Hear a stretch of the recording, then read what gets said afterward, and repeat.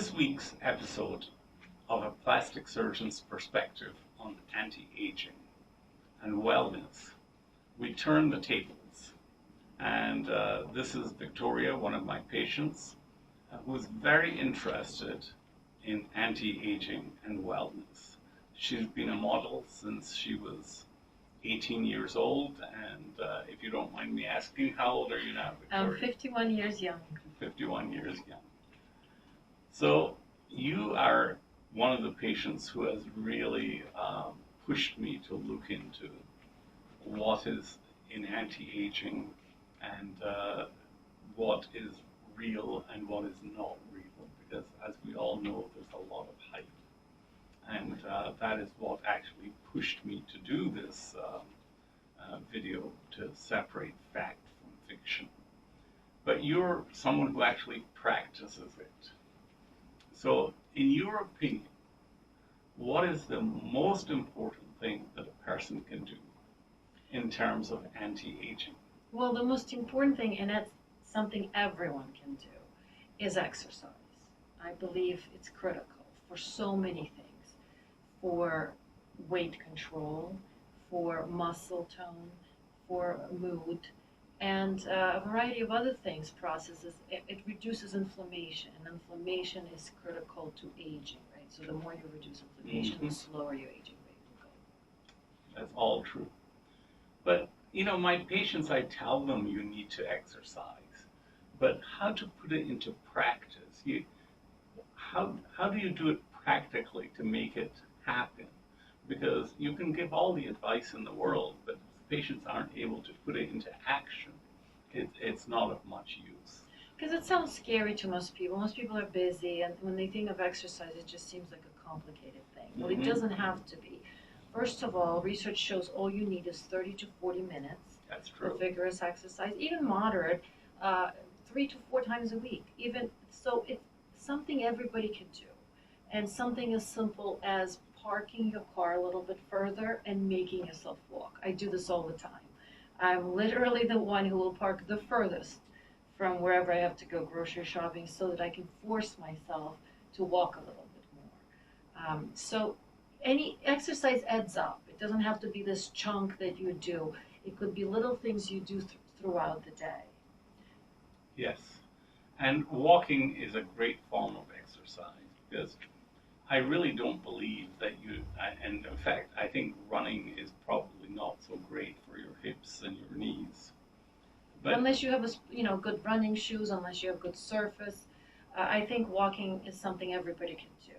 Everybody and can do that. Something I've been reading about is this thing of walking backwards. Mm-hmm. So, and I saw it also in this documentary, Secrets of Superagers, where if you walk backwards, and all you need is literally 5 to 10 minutes, Mm-hmm. a few times a week, you engage completely different muscles than when you walk forward, and you train your brain and your body to balance better, which is also very important. Yeah, I can understand how, because you're not seeing where you're putting your feet, and you're imagining, so different sets of muscles will be engaged. But when people talk about exercise, most people think about going to the gym, and I know you go to the gym. So Yes. how do you make it easy for yourself to go to the gym? So the most important thing is to find the gym that's close by. Mm-hmm. And inexpensive, because those are two main factors that prevent people from going to the gym: time and money. So once you make a commitment, I go to Planet Fitness because it's only $10 a month. Anybody can spare $10 a month. And then I also have another backup gym, which is the one Lifetime that I go to when I have time, when I can devote a whole day to it, which is not often because I have 3 kids and jobs. But Planet Fitness is very close. There are multiple locations, so it's very easy. You go in, and they actually have a section, which is a 30-minute section, which you can do of the equipment that they have chosen. You can do very quickly in 30 minutes or less. So it's a very convenient gym. So you want to make it easy and convenient. I also go to bed in workout clothes. And I know it sounds strange, but that eliminates excuses, because in the morning, the first thing, you're slow, you're starting to think, well, what am I going to wear? If you're already wearing gym clothes you're much You more know what likely to you're get doing. to the gym. You know Exactly. what you're going to do. So it's kind of becomes the power of intention. Yes. Procrastination is the enemy of good intentions. Exactly, and that's what most people do. In the morning, you get distracted, and before you know it, the day gets away from you. So I do it first thing in the morning. And actually, research shows that it's better not to eat a lot before you exercise. Maybe like a protein shake, or like tea, something that will energize you, but you don't want a heavy breakfast before you work out. Good. So that's something we tell everyone. You should be dieting. And then it's a question, the other thing is what you put in your mouth is what is going to affect you. Because, your body is produced by the DNA that your parents gave you. And the reality is you really can't change that. So the only thing that is left that you can change is how you use your body by exercising and building up the body by exercising and what you feed your body. So talk to me about what you feel is the optimal or the easiest way to have a low calorie, high protein diet. Because I think the science is clear that low calorie, high protein is the way to go. Absolutely. So my diet is mostly plant and vegetable based. I do have usually, I'm a pescatarian, mostly eat a lot of fish, a lot of salmon. I do eat lean chicken. Every once in a while we'll have steak, but mostly it's plant, vegetable, and kind of fish based. Um, it's the most important thing. It's very simple is to cut out or to reduce as much as possible pasta, bread, and rice.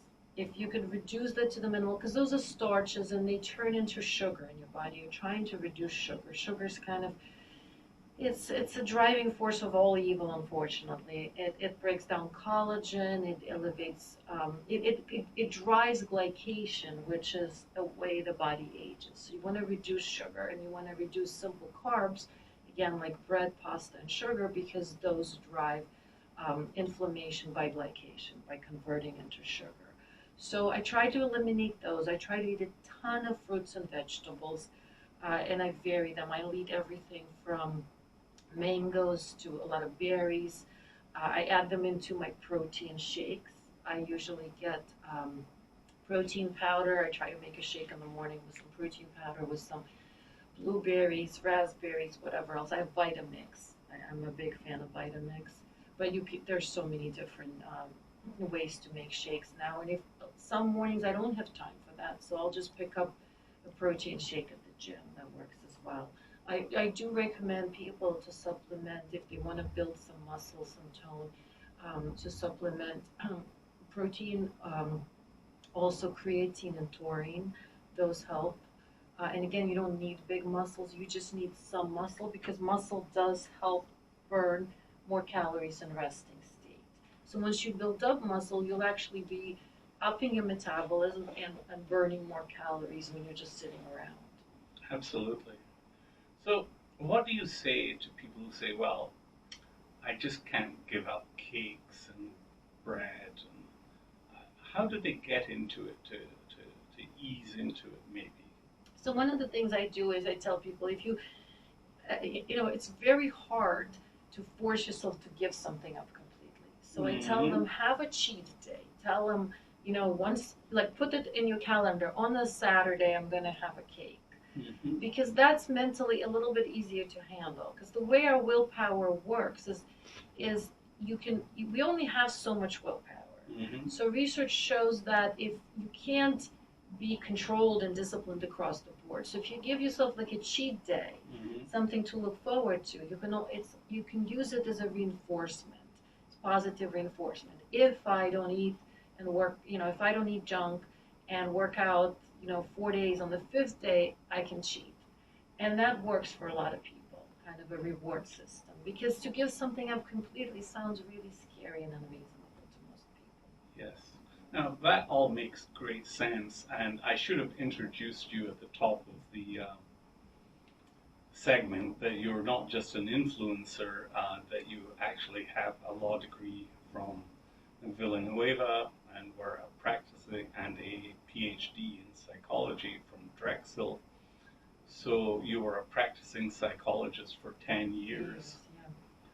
So that's a very rare combination, to have someone who has so many academic degrees and insights and is really into anti-aging and can separate the facts from the fiction and try to put it in terms of psychology, in terms of what is actually actionable. Because there's a lot of stuff that is just not doable. I mean, we're fallible human beings. We can't just be these automatons, these robots that just perform things that are good for us. Obviously, we're going to crave sugar, it's natural. We're going to crave carbs sometimes. So you come up with a reasonable schedule where you allow yourself breaks from it and you use it as a reward. I mean, you can also, in a grocery store, look for things that are low in gluten. There are cakes, there are sweets, there's pasta, there's all sorts of things. If you look, it'll say keto on it, keto friendly, low gluten. That'll help to control the glucose, the sugar aspect of it a lot. And grocery stores now carry a lot of this keto friendly items.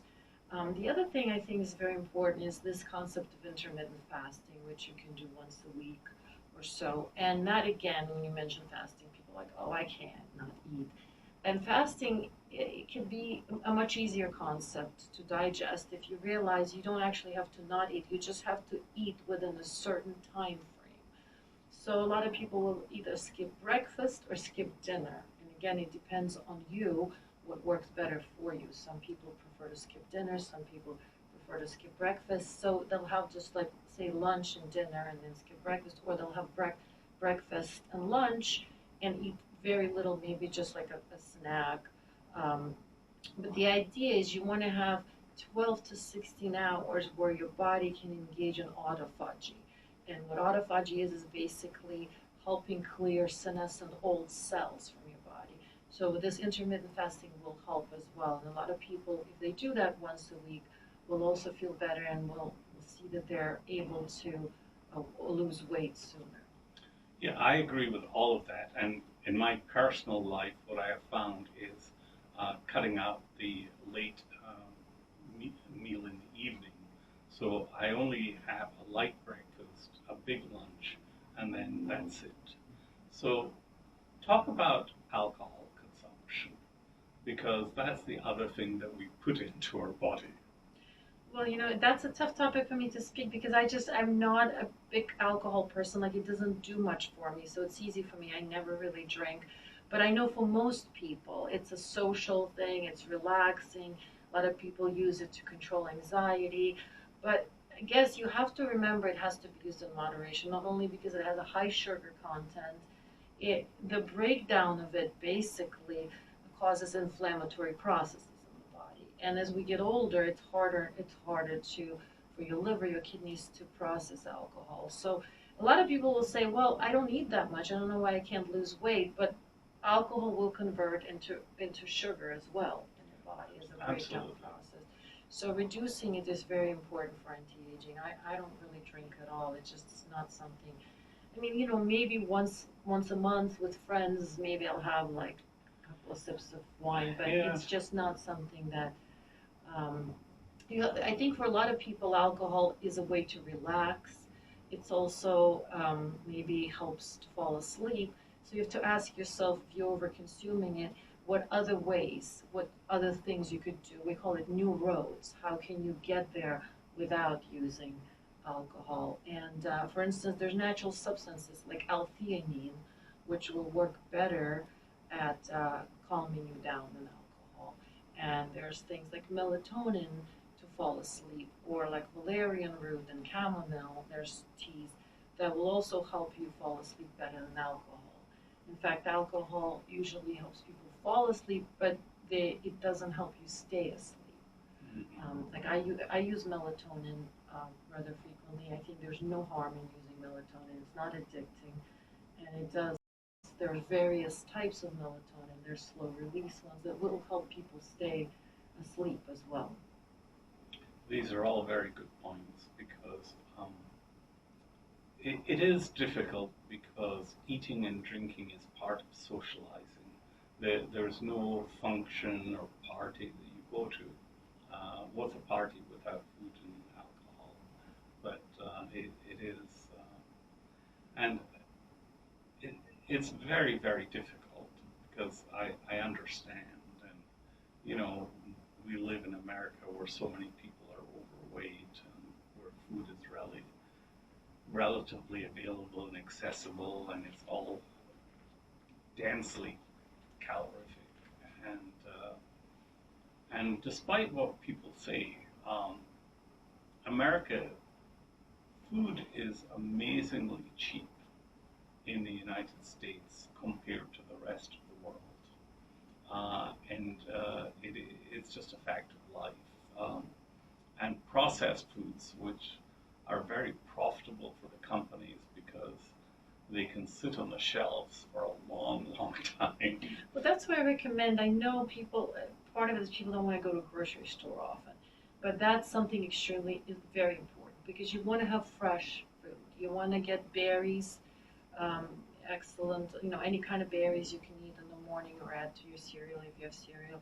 You want to get fresh vegetables, fresh salads, and salads are very filling. The great thing about if you add variety of green things, broccoli, spinach, whatever it is, they're very filling. So you don't, if you eat them first, you're not gonna eat as many cakes and processed foods. So unfortunately, if you want to stay healthy and eat healthy, you do have to go to the grocery store often because fruits and vegetables, salads are perishable, and that's something people dislike. But if you make it their routine, the key for all these things is to make it their routine. I tell people that it's only hard to engage in healthy behaviors for the first 2 to 3 weeks. Once you make something your routine, which takes on average about 21 days, then things become easier. Once they're routine, they're easy. You Absolutely. just have to hang in there for the first 3 weeks.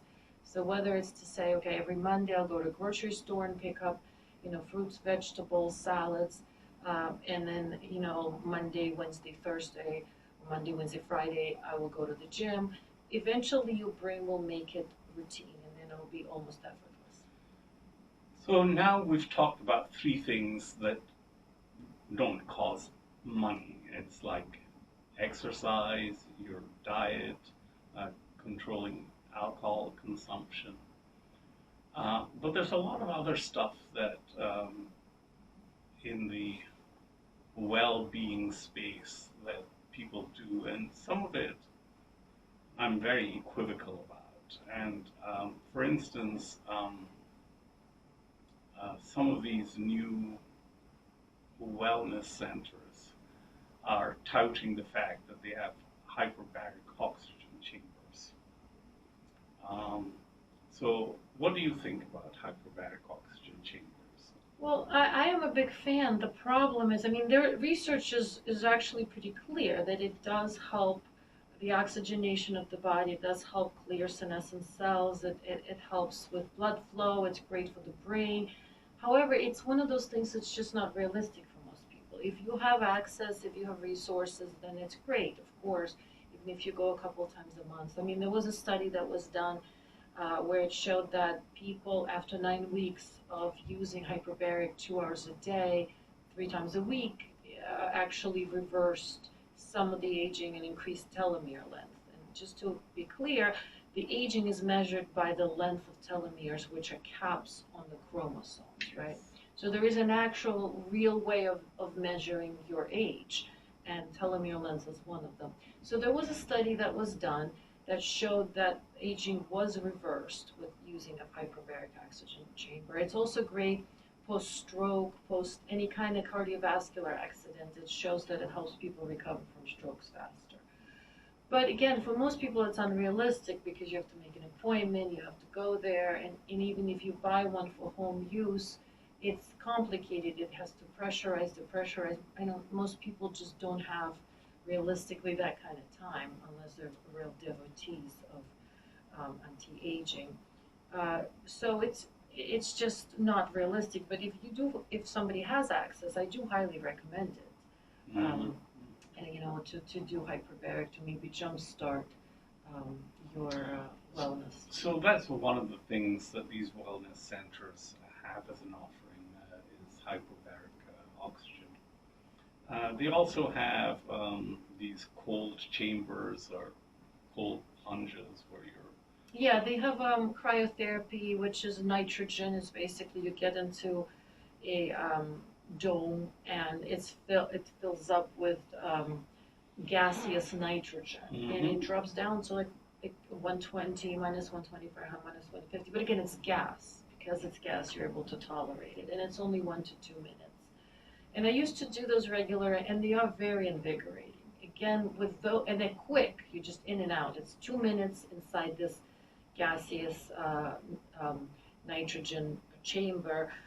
They measure your body, and you could see how much the temperature drops on your body. It helps also, again, to jumpstart weight loss. So I do recommend it for people who are looking for ways to jumpstarting their wellness, maybe to go for a couple of months. It's not sustainable long term because, again, it's expensive. It ranges between $40 to $60 a treatment, right? You can buy packages, but again, 2 minutes, $60, just not that realistic for most people. I used to buy a package, and it is, if you buy a package kind of deal, monthly deal, then it's more affordable, obviously, and it makes sense, and you can spare 2 minutes. Again, I'm not currently doing it because I've sort of found better ways of maintaining it. So this is why wellness and anti-aging is a $40 billion industry in the United States, because it's all fairly expensive. It's expensive, and there are various methods. I tell people you have to look into all these things and see what works for you. For some people tolerate cold better, and you feel extremely invigorated after cryotherapy. I mean, you just feel sharp. It's great for your mood.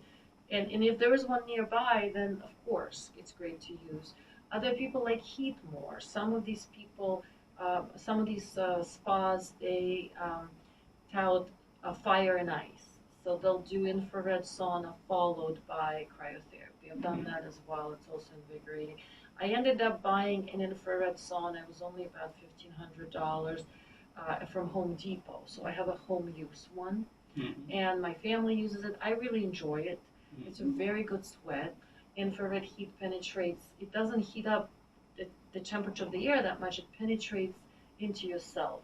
And it has far and near infrared heat. And that's great for weight loss, detox, and again, you just feel invigorated. So that works well for me. Again, it was a worthwhile investment. I think you can get one for about $1,000 and install one in your basement in your house.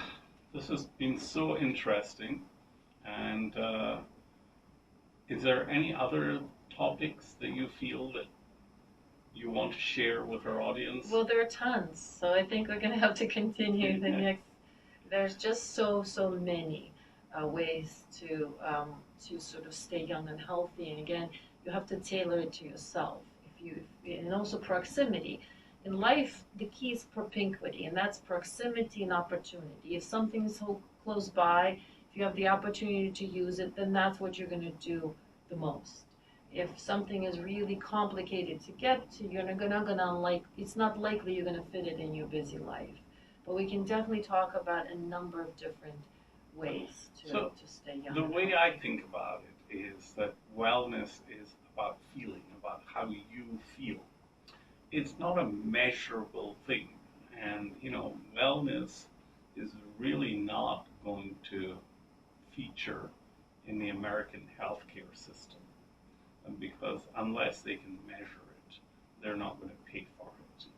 Right. So a lot of it is something that people have to look for themselves. Your doctor's not going to recommend infrared or cryotherapy or And if you look at historically, if you look at Swedish, the Scandinavian culture, almost every household has a sauna there. Mhm. The whole idea of using a sauna as a detox has been around for a long time, and there's some correlation. It shows increased lifespan with sauna use. So I do recommend it if you like heat. Again, some people like heat, some people like cold, and there's this popularity of cold plunges. You can get that as well to have it in your house. Um, so there are so many different things.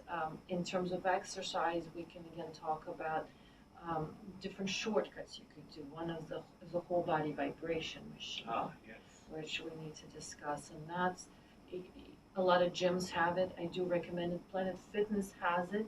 I think it's under they market it as a beauty angel. They combine LED, red LED light with the vibration plate, and I do think it makes a difference.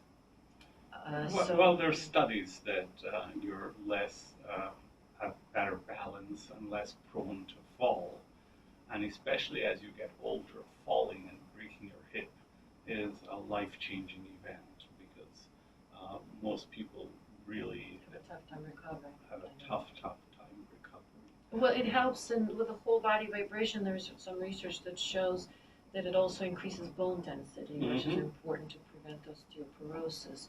So I do recommend, again, there's a Lifetime Fitness has a very fancy one. They range. They start at, I think, a couple $100, which you can buy for home use, and I think they go up to like 50,000 because the whole body vibration machine was initially invented by the Soviets for cosmonauts because the part of the exposure to when when you don't have gravity, you don't have the weight on your muscles, and your muscles atrophy relatively quick. So there is history behind the whole body vibration, and that's one of the machines that they use to restore muscle tone. So when I talk to people about looking to buy this vibrating platform, the only thing I say is that it should be two separate plates. So your right foot and your left foot are being agitated separately.